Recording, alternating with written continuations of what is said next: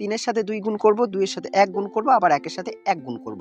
এই ফরম্যাটটা আমরা মনে রাখবো বা প্যাটার্নটা আমরা মনে রাখবো। এ এর আয়ের 5% বি এর আয়ের 15% এর সমান। এর বলেছে, এর মানে কি গুণ, 5% লিখলাম, এটা সমান বি এর আয়ের 15% এর, তাহলে 15%টাও আমরা লিখলাম। পার্সেন্ট কেটে দাও, কাটলাম, 5 একে 5, 3 5 15। এ বাই বি যদি করি তাহলে কি পাচ্ছি, 3/1 আমরা পাচ্ছি, মানে A/B 3:1 হলো, তাই না? পরের লাইনে বলছে বি এর আয়ের 10% সি এর আয়ের 20% এর সমান।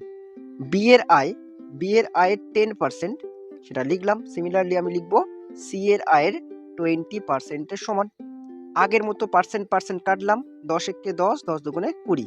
তো বি বাই সি যদি করি আমরা কত পাচ্ছি, 2/1, কারণ গুণ আছে, এপারে ওপারে আসলে ভাগ হয়ে যাবে। B/C আমরা পেলাম 2:1। A/B আর আছে B/C, তো A/B এর মান বলেছে 3:1, B/C কি আছে 2:1।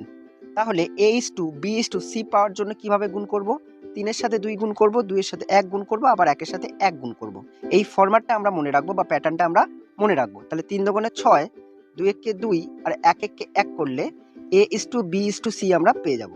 প্রশ্নটা ছিল সি এর আয় 2000 টাকা হলে ABC এর মোট আয় কত। সি এর আয় বলেছে 2000 টাকা এবং সি দেখতে পাচ্ছি 1 ইউনিট, মানে 1 ইউনিট কত, 2000 টাকা, তাই না? তার মানে A plus B plus C total কত ইউনিট, 6 আর 2 8, 8 আকে 9, 9 ইউনিটের ভ্যালু আমাদের বার করতে হবে। তো 1 ইউনিট যদি 2000 টাকা হয়, 9 ইউনিট কত হবে, 9 ইন্টু 2000 টাকা, মানে 18,000 টাকা হয়ে যাবে এ বি সি এর মোট আয়। এখন শিখছি যেহেতু, তাই একটু কনসেপ্টটা বোঝাতে সময় লাগছে, কিন্তু শেখার পরে পরীক্ষায় একটু ফাস্ট করো, আশা করছি কম সময় হয়ে যাবে। ভিডিওটা ভালো লাগলে লাইক করে দিও, আর এরকম ভিডিও পেতে আমাকে ফলো বা সাবস্ক্রাইব করে রাখতে পারো। অনেক অনেক ধন্যবাদ।